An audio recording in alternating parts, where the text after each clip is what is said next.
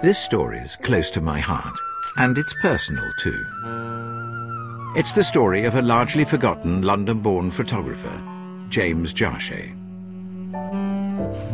Jarchet had a long and illustrious career on Fleet Street.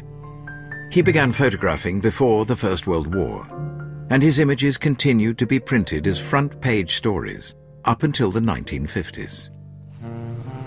He always said it was a wonderful life. It was a difficult life. It was a tough life. It wasn't the world of the paparazzi as we know it today, though. This was pure news. Jarchet took a good number of images that have become iconic. Churchill in top hat, peeking from cover at the siege of Sydney Street. The candid shot of Edward with a mystery woman, before she'd been identified as Wallis Simpson. With his camera, Jarchet recorded many of the great figures of his day. His story is personal for me because he was the man I knew as Jimmy. He was my maternal grandfather. I grew up under his spell, loving him dearly, and it was Jimmy who gave me my first camera, coached me in photography, and passed on his passion for it. And he used to say to me, when you look through the camera, it's not what you see, it's how you see it. The greatest part of your whole equipment has nothing to do with this. It's to do with this. It's to do with your lens. 50 years ago, Jimmy gave me his last camera, a Leica M3. I'm now going to use it to photograph the world today. And in an attempt to understand his career better, I'm going to do what he did. I'm going to be sent on assignments across Britain to experience what it's like to be a press photographer. I'm going to photograph the sort of images that Jimmy might have been asked to photograph. I'm going to shoot some of the places and the people that he shot.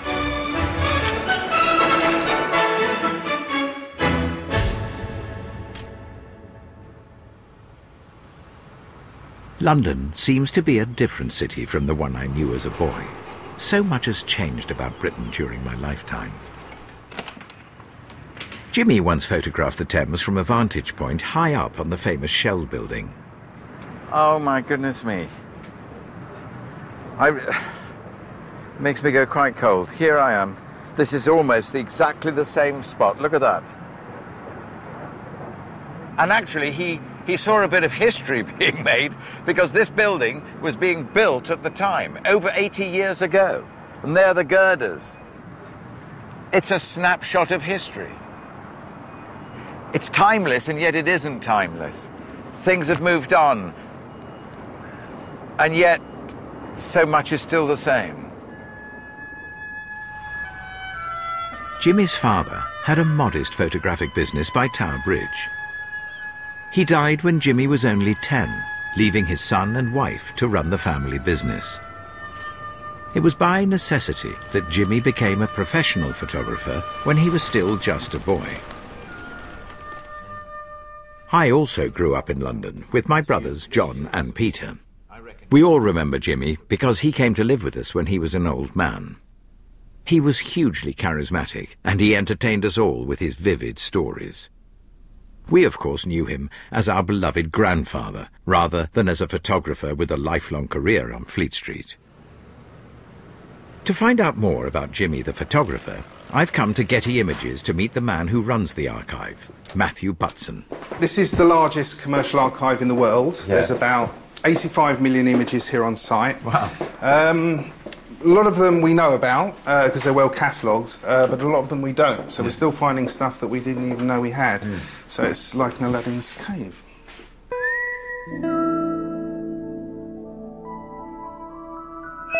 Most of this stuff is all catalogued, so we've got the day books and the index cards and what have you. I'm wondering how many of Jimmy's photographs that have never seen the light of day might lie buried in these racks. Sometimes you get continuity problems, so you get a run of negatives and then you think, where's the rest gone? Yeah. And they've gone into another collection. So sometimes it's like trying to put a jigsaw back together. So there is gold in them Nar Hills, it's just a case of finding it. It really is, in my genre, a detective story. Absolutely. To try and find out. No, definitely. And obvious question, did you find any? Well, we found a few. Did you? Well, I think you'll be interested, yeah. Really? Hope so. So if you look at the negatives, these are 66 years old. Beautiful. And that's his photograph? Yeah, and you've got, the original caption slugs on even the back of So to say. the contacts. Jarche, Life in Berlin. British soldiers sitting... sitting in Hitler's desk. Turned upside down. My goodness me. And then, you see, and then it leads to the actual published story. Yes. Wow.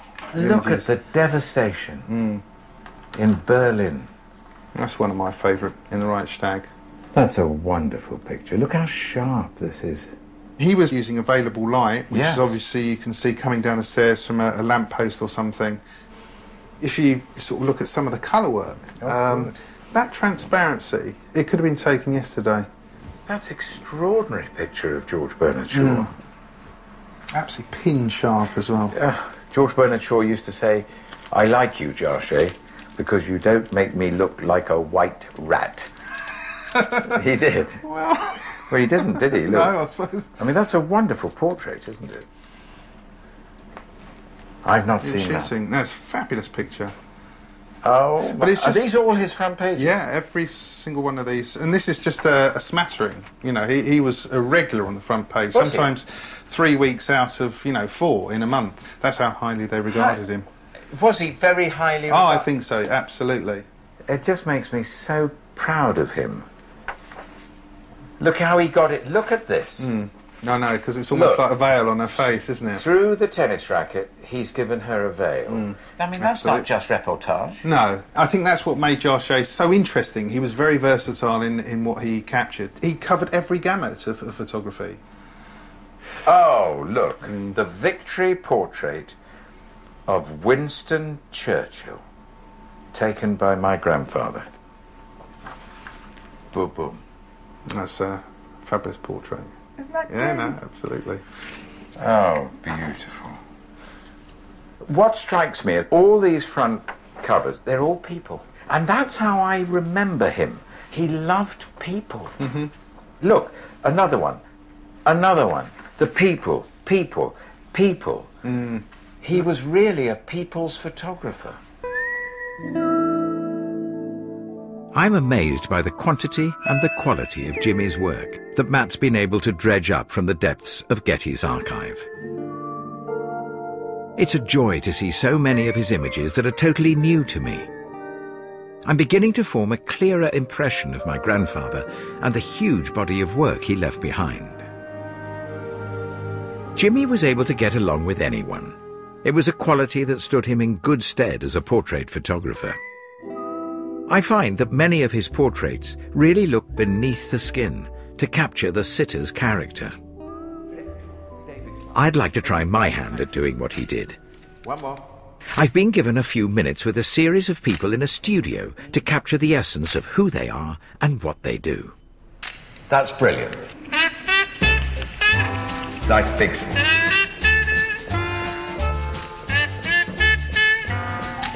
Right. Go on. Hold it. Thank you very much, David. And a nice smile. Now at me. Thank you.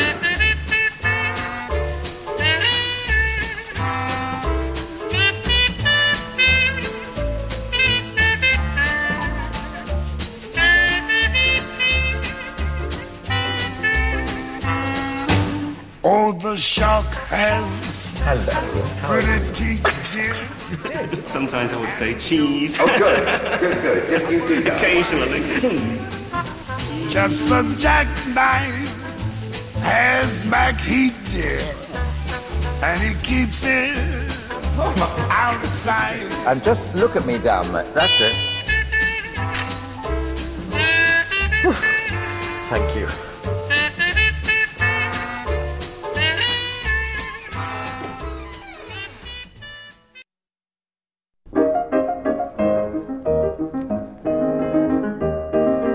On the trail of my press photographer grandfather, James Jarchet, I've come to the Royal Ballet School to see if I can capture something of these talented dancers.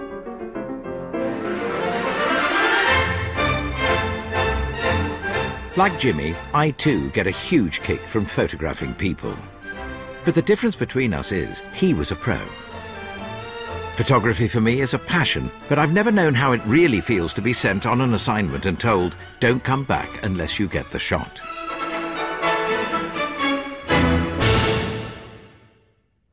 To discuss the rigour involved in getting that shot, I've come to a place that's always prided itself in publishing the world's top photographers, the Sunday Times magazine. I'm here to meet the picture editor, John Jones. John impressed on me just how important the invention of cameras like my Leica has been for photojournalism. This suddenly freed people up to kind of run around, different angles, shoot a lot of film as opposed to one shot, and shoot stories. Because plate camera, you couldn't carry 10, 12, 15, 20 plates.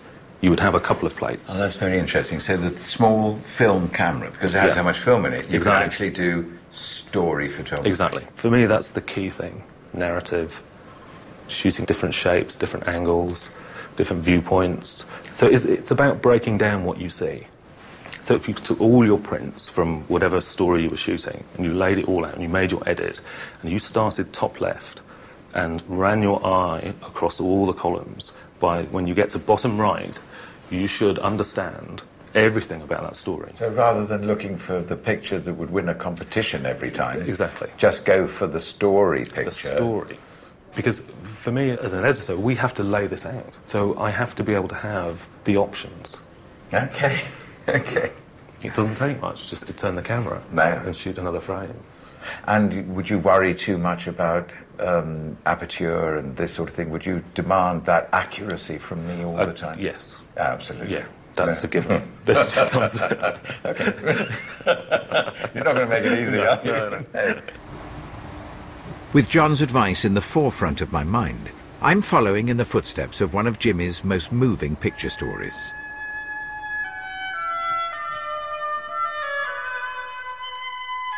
In the summer of 1931, Jimmy was sent to South Wales to photograph the mining communities of the Rhondda Valley.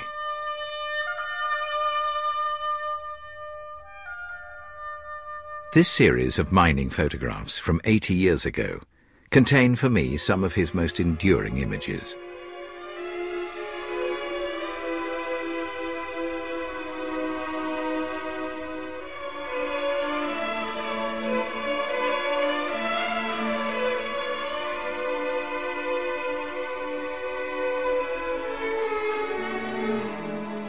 Welsh mining was at the time in the grip of a harsh recession. The stark images that Jimmy captured are pure social documentary and take me back into a forgotten world.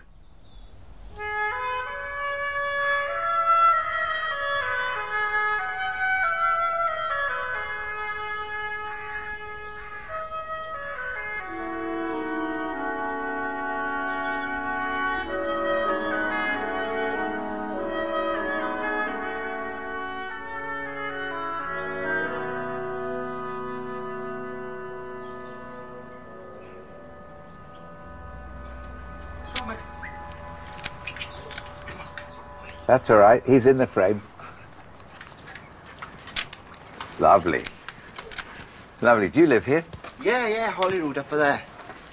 I tell you what, I'm trying to find this. I recognise you from somewhere, I don't know where. Do you? Off the telly, is it maybe? Could be. What's your name, sorry? David Suchet. I thought it was. How are you doing, Mr. Suchet, all right? It's very nice to meet you. Right. What's your name? Leighton Jones, man. Leighton? Yeah. And what's... that's... Max. He's lovely, isn't he? Yeah, he's good boy. Do you recognise that street? Yeah, they've been there. I don't... The thing is, they all look the same. They were basically where they had the small gardens in the front and the toilets then run all to the back. Oh, these are toilets? Yeah. This used all the outside toilets were. Oh, all of them, yeah. Right. So, yeah. How long ago were these all changed, all this changed? No, I can't remember it being like that. But like, it used to be up to 16, 17 people living in these houses. That many? Yeah, believe it or not. Well, so my father-in-law used to tell me, because he gave me a hand, well, I gave him a hand to fix the house up and everything like that. He used to run through the stories. But they never used to be there all at one time, except on a Sunday. Oh, and on a Sunday, they'd all gather outside the fire and sing songs and organ and all that. Oh, it's quite a community like. Yeah. All the street big get community together. spirit, yeah. Well, thank you, Leighton, very, very Bye-bye. much. Come on, Max. Bye-bye. Goodbye.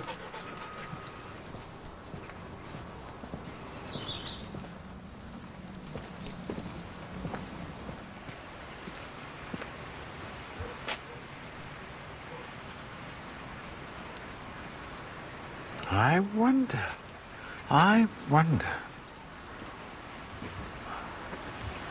I think I found it. Well, I mean, I don't know for sure, but look. There's the front gardens. There's the houses. Here's the road. I think this could be it. And there's a step. There's a step in the houses just about here. And Jimmy would have been able to stand up on here to get that.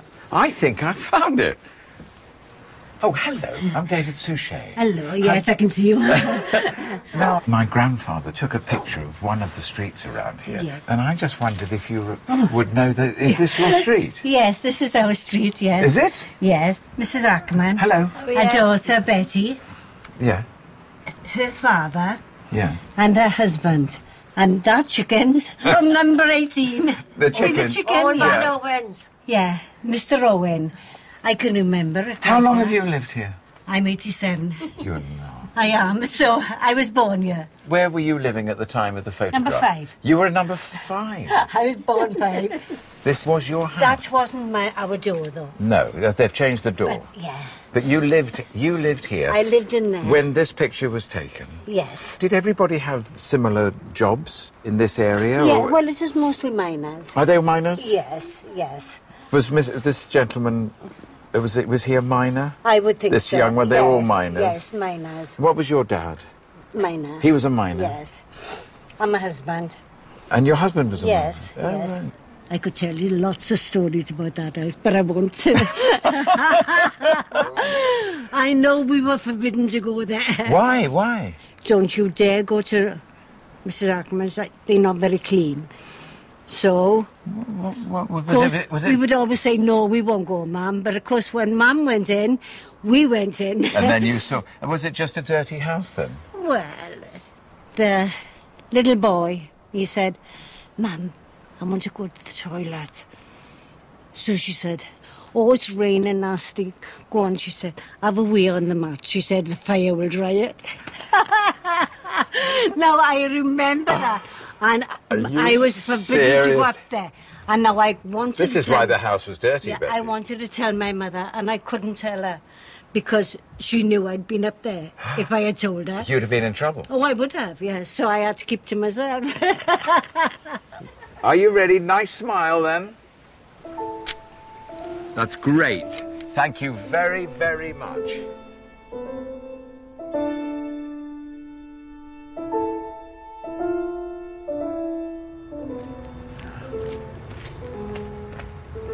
Okay, back further.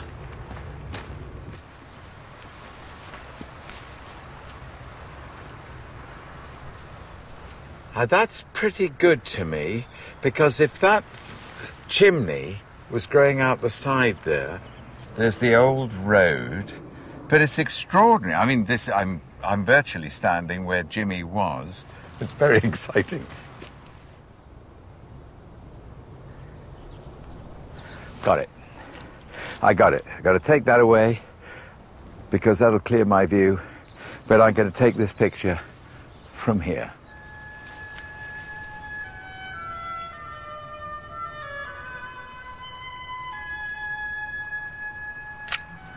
Thank you very, very much. I discover that in the valleys of South Wales, there's been a recent resurgence in mining. A number of old pits have opened up, and mining is an employer here once again for young men whose fathers and grandfathers worked underground. Hello. How are you, sir? I'm well, thank you. How are you? I was so pleased to know that your grandfather had taken a picture of my father. He what? He took a picture of your My dad? father, yes. In that... Come and show me, come and show me. In here? My father was a little man and always worked with the horses. Is that your dad? Yes, that's him. Oh, my goodness. My father worked from Penalta from 1930 until he was 69. There was no retiring age then. They worked as long as they wanted to. Wow. So in the 60s, we made him finish at 65. But before then, there was men down the pit at 70, sometimes 80. Did you work in the pits? Yes, I went down the pit, this pit. Come and have a look at this. Look. It's his dad. I left school when I was 14, and I went down Penalta pit. Yeah. I was a collier down here from 1939 to 1970. Is it nice to see your dad like that? Yes, yes. What did it make you feel when you see Dad like that? I'm thinking a lot. Right? Because my father had gone through the 14 war and went back down the pit. So, he's seen a long life, hard life. This is the number 1 shaft. Yes. So the one is a downcast, that one. Yes. So the air went down that one, circulated, and up the upcast, the number 2. And how deep is this? About half a mile. Really? Yeah. Half a mile down. Tough life? Hard life. Well, these boys know. Is it really tough down there? Not as bad as it was years ago. No. No. Way It's to get better as bad, now. no. Yeah. And how much coal do you produce today? Hopefully we're looking to produce 1 million tonne a year, hopefully.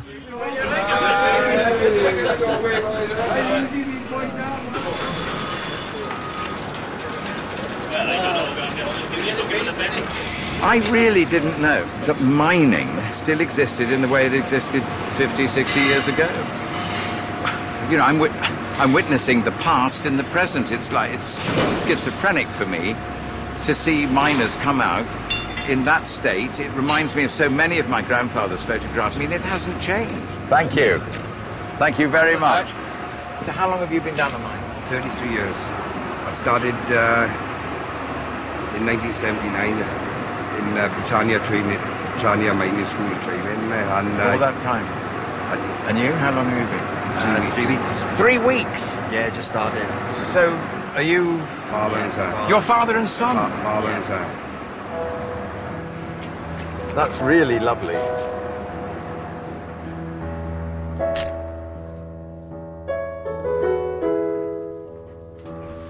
I remember the face of my father as we walked back home from the mine. He'd laugh and he'd say, "That's one more day, and it's good to feel the sunshine. Take me home to my family. Take me home to my friends. Take me home where my heart lies, and let me sing again. Take me home, let me sing again. Take me home, let me sing again. Take me home, let me sing again. Take me home.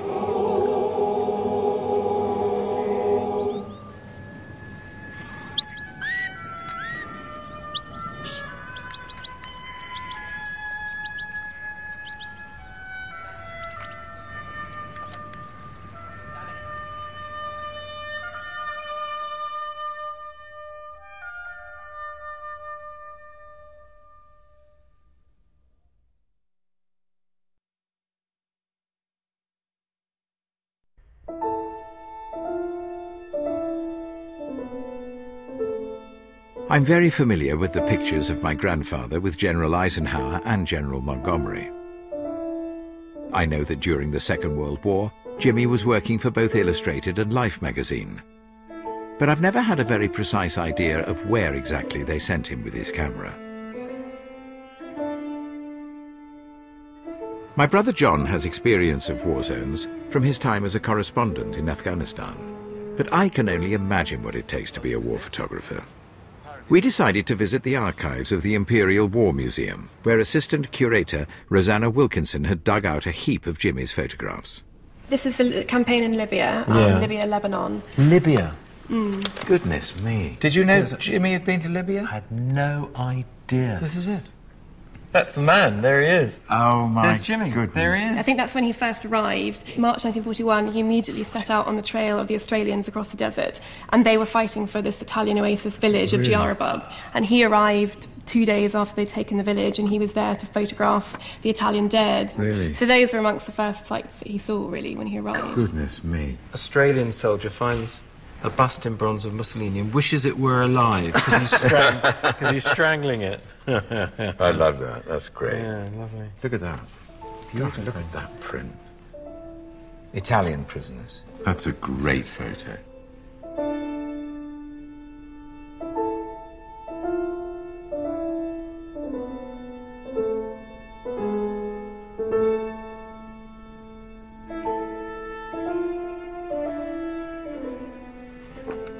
He's in North Africa in 41. When did 41. he go to Burma? He went to Burma in early 1942. The Japanese invaded in early 42, so that's what he was photographing. So it's a 180-mile road that they're trying to get Indian refugees going. Yes. Irrawaddy. One photograph that is quite well known. Oh, look at that. It's a portrait of a Chindit who's using his rucksack to shield his face from the sun. Oh, my goodness. And this is quite well known because we get a lot of people writing in thinking that it's a relative. Quite a few people write in and are convinced they can identify this person. And sadly, we can't really confirm it because he's not been identified. It's a wonderful picture. It is. I think it's a brilliant shot.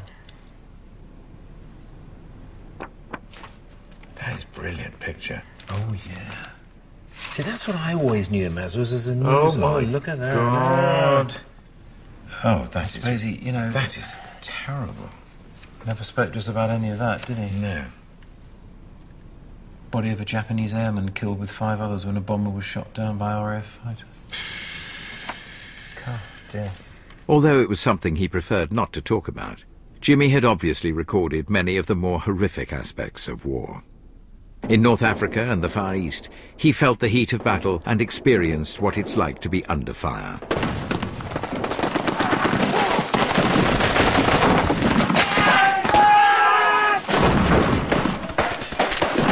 I've joined up with the British Army during training. It's a simulated battle, but it gives me a much clearer idea of how it feels to be caught in the thick of things, armed only with a Leica.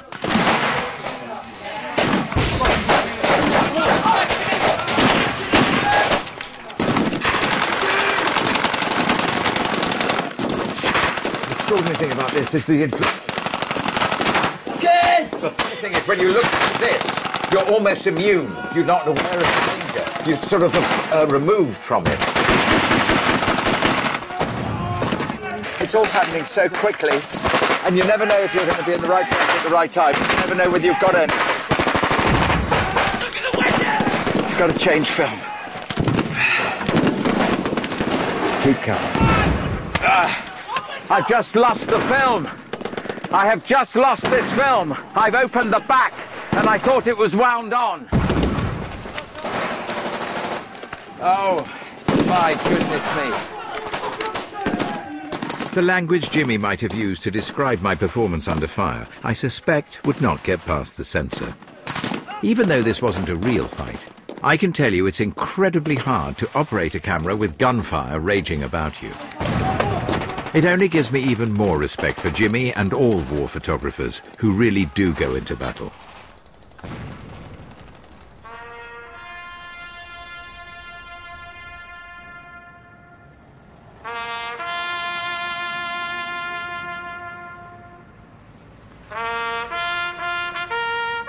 Jimmy took an historic photograph here at the Cenotaph in November 1937.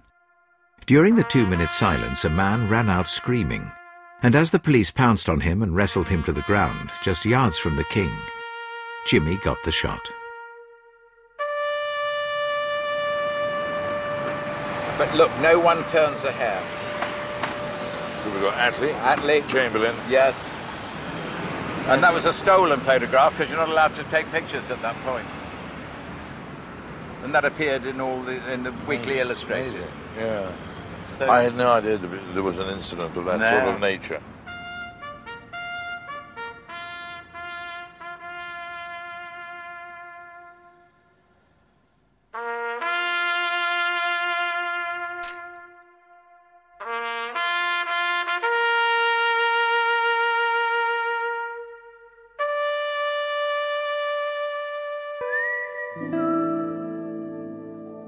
Jimmy's theatre photographs are a striking contrast to his images of war. I find these pictures particularly fascinating. I'm heading backstage to photograph the cast of the West End musical Wicked. As an actor, I know only too well how it feels to be photographed. For me, it's all about the trust and intimacy established between photographer and sitter. The boys watch the girls while the girls watch the boys who watch the girls go by. Eye to eye, they solemnly convene to make the scene, which is the name of the game. Watch a guy, watch a dame on any street in town. Up and down, and over and across, romance is born. Thank you very much. Guys talk, girl talk, it happens everywhere. Eyes watch, girls walk. Jimmy took these colour images of a London show called The Lilac Domino in 1944. I'm curious to know what a pro feels about them. Where's the light source there? Terry O'Neill, famous for his movie star portraits, began as a press photographer on the same London paper as Jimmy. Great. I mean, it's like a painting, isn't it? It is. Sharp as a tack. I mean, you couldn't beat that today. Look at that. Is that cheeky? Yes. That was very risque at the time. Wasn't it? Yeah. I mean, how do you bring out your subjects when you... Well, I mean, I prefer to be totally ignored. Literally, yeah, just sort sort of... be invisible. That's the best. What's the most thing. difficult portrait you've ever had to take? Oh, God. Ageing sex symbols. Ageing sex symbols? Yeah, as they get older. Seriously? Yeah, no. I mean, Raquel Welch happens to be a friend of mine, but in the beginning, she'd be half an hour. When she was 30, she'd be an hour, 40, 2 hours, and 50, 3 hours, and so on. I mean, they are a nightmare. They think they let people down. Oh. Which, in a sense, they do, but you can't defy nature, can you? No. No. And that's great as well. I'd love to have met him. Jimmy was always very comfortable photographing Hollywood glamour. And more importantly, he made them feel comfortable.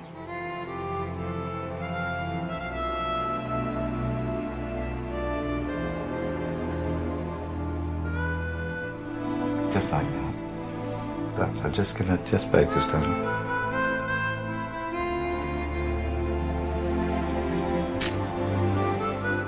Making a portrait of a performer is one thing.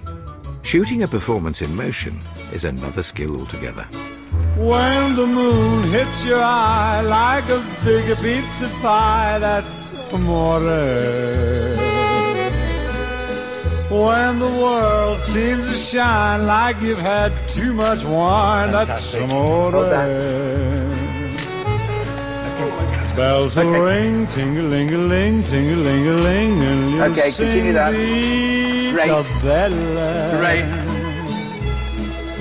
Hearts will play tippy-tippy-tay, tippy-tippy-tay, like a guitarandella. Oh, great. This is fantastic, isn't it? I don't know how I'm going to get anything at all.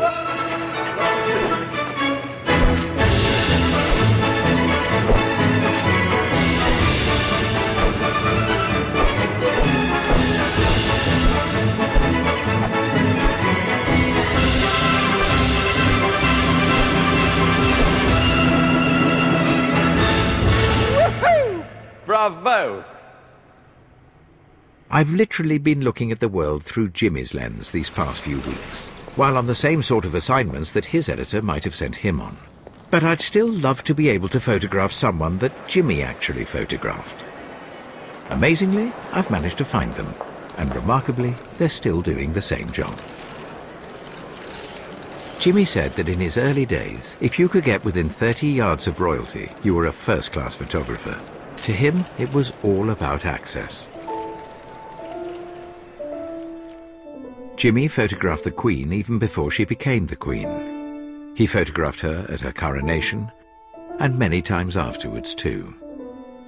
During his lifetime, he saw the formal relationship between the press and the palace relax enormously. But to be up so close, photographing the Queen with Jimmy's old Leica is really momentous for me. I can hear him on my shoulder. In there, boy. Keep it steady. Keep it sharp. Get the shot.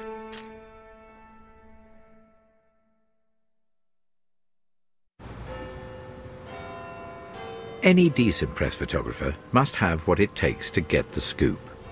They probably need a pretty thick skin and very often the gift of the gab to get behind the closed doors of powerful institutions.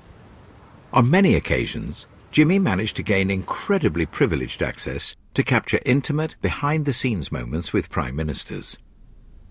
Labour Prime Minister Clement Attlee at home in Stanmore, Liberal Prime Minister David Lloyd George in Churt, and Conservative Prime Minister Winston Churchill. It's amazing to me that Jimmy managed to achieve such relaxed cooperation with these past leaders. His is a pretty hard act to follow. But now it's my moment to see what I can pull out of the bag. Prime Minister. David, welcome. Really, great Very to have nice. you here. That's kind of you. This is a fantastic picture. This is the Karsh picture of Churchill. And Yes. apparently it took ages trying to get the right shot, and Churchill was puffing this cigar all the way through. And the moment he got the shot was he pulled the cigar out of his mouth, and then Churchill made this rather angry face, and that was the bulldog picture that, you know, helped to inspire the nation. It's a great picture. Great picture. Jimmy got this one. There was the victory picture. That's fantastic. And actually, amazingly, that looks clear. That's not the brandy you'd expect. It's quite interesting. That's true. But he's caught it. It's a very good picture. And we'll wander up the stairs and I'll show you some of the others. This is a great place to come and see prime ministerial pictures. They don't put your picture up till you've gone. That's the only... I mean, you've been photographed thousands of times. What's it like being photographed? Are you ever worried about what they might catch or not catch? When you walk under the sign saying exit, or you know, that you have to... Sometimes there's suddenly a flurry of clicks, and you think, right, what was it behind me? And you have a look. But I had one great moment when I got one over the photographers, where I was in the underground in Delhi, and I was standing in front of a model of the drill that had helped to drill out the Delhi Underground. And the sign in front of the drill said, "This is the International Boring Machine." But the trouble was that was on my side, not the press side. So I said, look guys, this is what you're missing out on. I said, you're never going to get that picture. It was great. So these are the last... look. Yes. So this is the last few. Apparently Jim Callaghan did put up, when he left, a colour picture, because he wanted to start a new trend. He put up a colour picture, and then Margaret Thatcher, when she said, no, we're not having any of that. We're going to continue the conditions. So the colour picture went, and this one went up instead. Perfect. And now, write to me.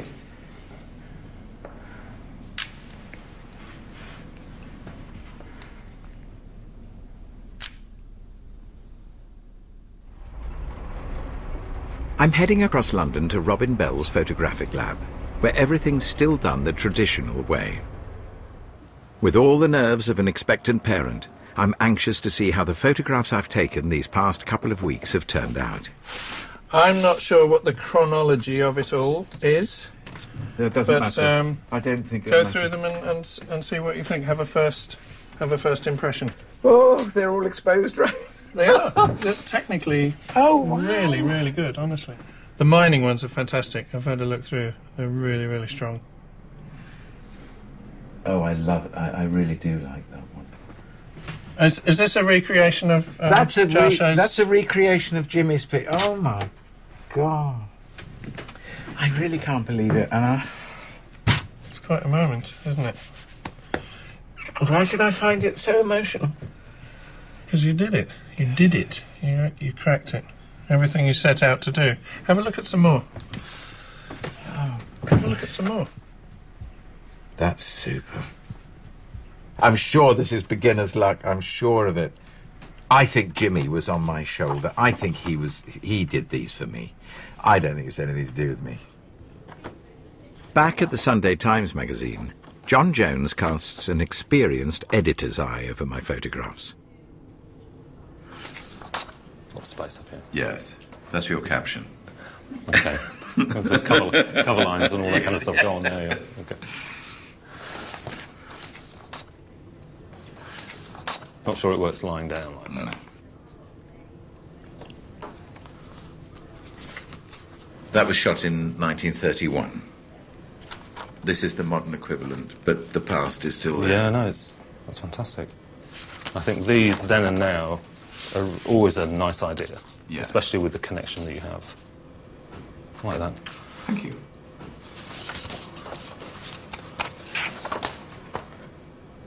That's really nice. Like that.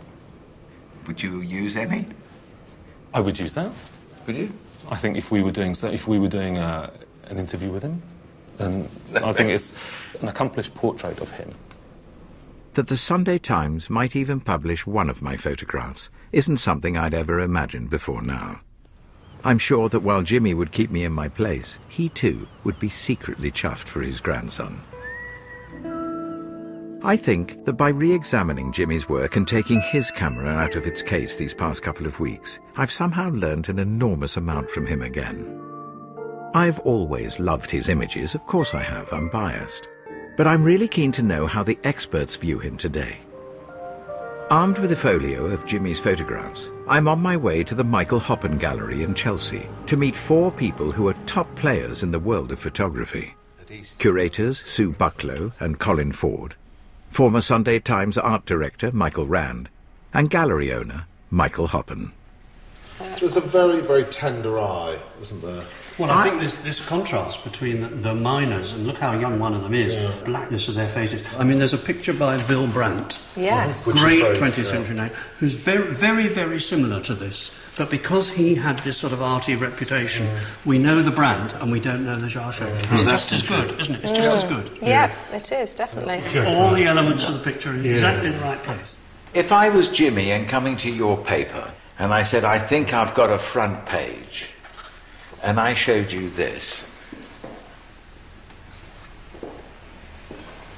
Golly, I'd forgotten that was his photograph. Yes. That's interesting, that photograph. If it was 1937, I'd say thanks very much. Who's that bird with Prince of Wales?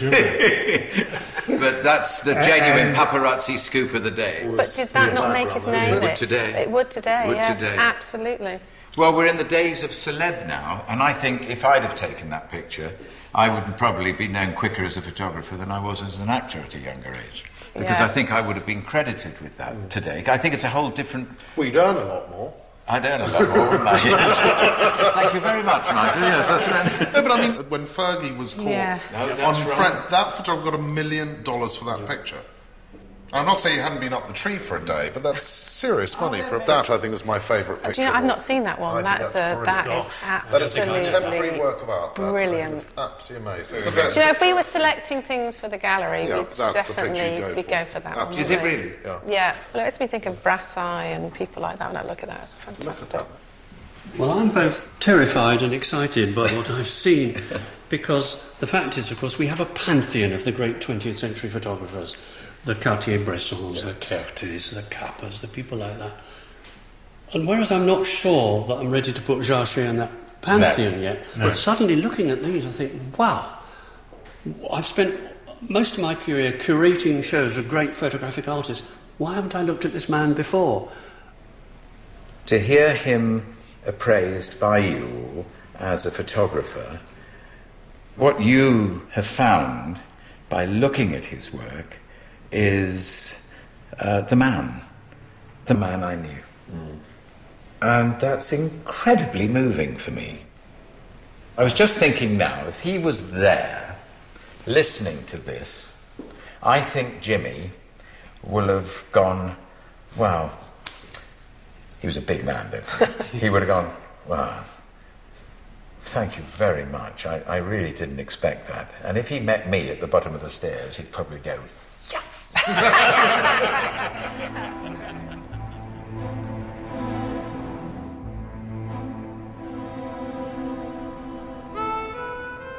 2 weeks after we'd completed our main filming, Jimmy's work was up on the walls of a London gallery, a place it had not been seen for more than 30 years. Forgotten images that had languished in archives and many that had never before seen the light of day had been printed up and were now on show for the first time.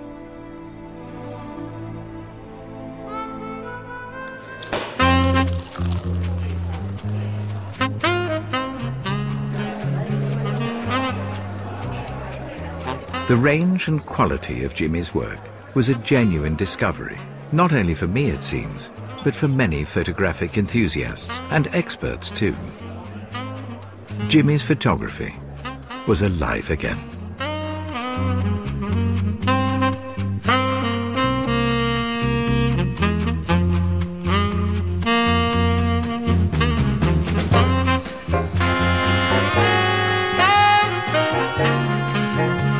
Comedian Lenny Henry takes us on a funny, moving journey to explore his changing relationship with Shakespeare.